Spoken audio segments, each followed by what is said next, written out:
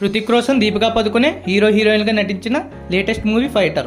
మరి ఈ మూవీ ఎలా ఉందో ఇప్పుడు తెలుసుకుందాం.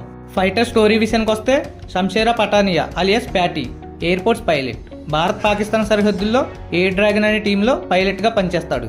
పాకిస్తాన్తో జరిగిన అటాక్స్లో తనకు కాబోయే భార్యను కోల్పోతాడు. దాంతో పాక్పై ప్రతీకారం తీర్చుకోవాలని ప్రయత్నిస్తుంటాడు.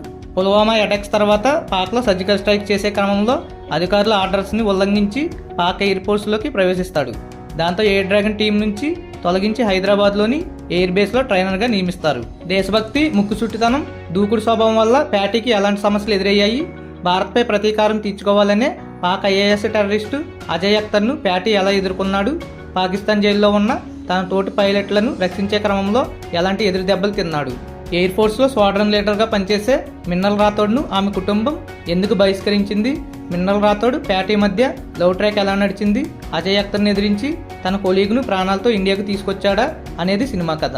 సిద్ధార్థ్ ఆనంద్ రాసుకున్న కథ రెగ్యులర్ యాక్షన్ థ్రిల్లర్గానే కనిపిస్తుంది. కాకపోతే యాక్షన్ బ్యాక్డ్రాప్తో నడిచే కథకు ఎమోషన్ జోడించి నడిపిన డ్రామా ఆకట్టుకుంటుంది. స్టోరీలో ఊహించిన ట్విస్టులు లేకపోవడం వల్ల రొటీన్ టెర్రరిస్ట్ థ్రిల్లర్గా అనిపిస్తుంటుంది.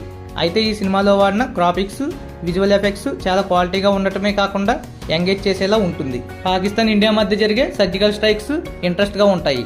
ఇక యాక్షన్, థ్రిల్లింగ్ విజువల్ ఎపిసోడ్స్ పక్కన పెడితే కామెడీ, రొమాన్స్కు పెద్దగా స్కోప్ లేకపోవడం వల్ల సినిమా మొత్తం సీరియస్గా సాగిపోతుంటుంది. దీపికా, హృతిక్ మధ్య రొమాన్స్ కూడా ఏమీ అంత ఉండదు. కానీ ఫ్యామిలీ ఎమోషన్స్, ఆర్మీలో పనిచేస్తూ దేశం కోసం ప్రాణాలు ఇచ్చే సైనికుల మరణాలు చాలా ఎమోషనల్గా ఉండటమే కాకుండా మన హార్ట్కి టచ్ అవుతాయి. హృతిక్ రోషన్ యాంగ్రీ పైలట్గా లుక్స్ పరంగా, పెర్ఫార్మెన్స్ పరంగా ఎరగదీశాడనే చెప్పాలి. తాను పైలట్ కాదు, ఫైటర్ అని చెప్పుకునే యాటిట్యూడ్ ఉన్న ప్యాటీ క్యారెక్టర్ మంచిగా ఉంటుంది. ఇక క్లైమాక్స్లో అధికారుల ఆర్డర్స్ను ఉల్లంఘించి కోర్టు మార్షల్కు సిద్ధపడిన సీన్లు బాగుంటాయి. అనిల్ కపూర్, తెలుగు నటుడు వినయ్ వర్మ ఫుల్ లెంత్ క్యారెక్టర్లో తమదైన స్టైల్లో నటించారు. దీపికా పదుకునే విషయానికి వస్తే గ్లామర్కి ఎలాంటి స్కోప్ లేని ఉందాగా ఉండే క్యారెక్టర్లో నటించారు. మహిళలు ఆర్మీలో పనిచేయడానికి పనికిరారు అనే అపోహలను, అలాగే తండ్రికి ఇష్టం లేకుండా ఎయిర్పోర్ట్స్లో చేరిన అమ్మాయిగా తన క్యారెక్టర్కు స్కోప్ ఉన్నంత వరకు మెప్పించే ప్రయత్నం చేశారు. రిషబ్ షాహ్ని పాక్ టెర్రరిస్ట్గా మెయిన్ విలన్గా నటించాడు. మిగతా క్యారెక్టర్స్లో నటించిన వారు తమ క్యారెక్టర్ వరకు ఓకే అనిపించారు. టెక్నికల్ విషయానికి వస్తే సంచిత్ అంకిత్ అందించిన బ్యాక్గ్రౌండ్ స్కోర్ బాగుంది. విశాల్ శేఖర్ అందించిన పాటలు అంతగా ఆకట్టుకోలేకపోయాయి. సత్జిత్ పౌలోజు ఫోటోగ్రఫీ ఎక్స్ట్రాడినరీగా ఉంది. ఎడిటింగ్, గ్రాఫిక్ డిపార్ట్మెంట్ వర్క్ బాగుంది. ప్రొడక్షన్ వాల్యూస్ హై స్టాండర్డ్లో ఉన్నాయి.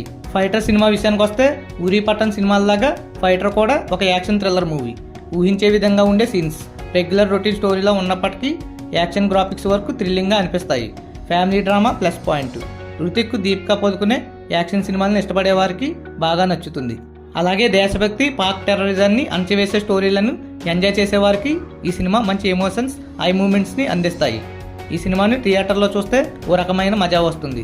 సో మీరు కూడా బిగ్ స్క్రీన్లోనే చూసి ఎంజాయ్ చేయండి. ఇలాంటి మరిన్ని వీడియోస్ కోసం నా ఛానల్ని సబ్స్క్రైబ్ చేసుకోండి. సబ్స్క్రైబ్ చేయడం మాత్రం మర్చిపోకండి. Please do subscribe.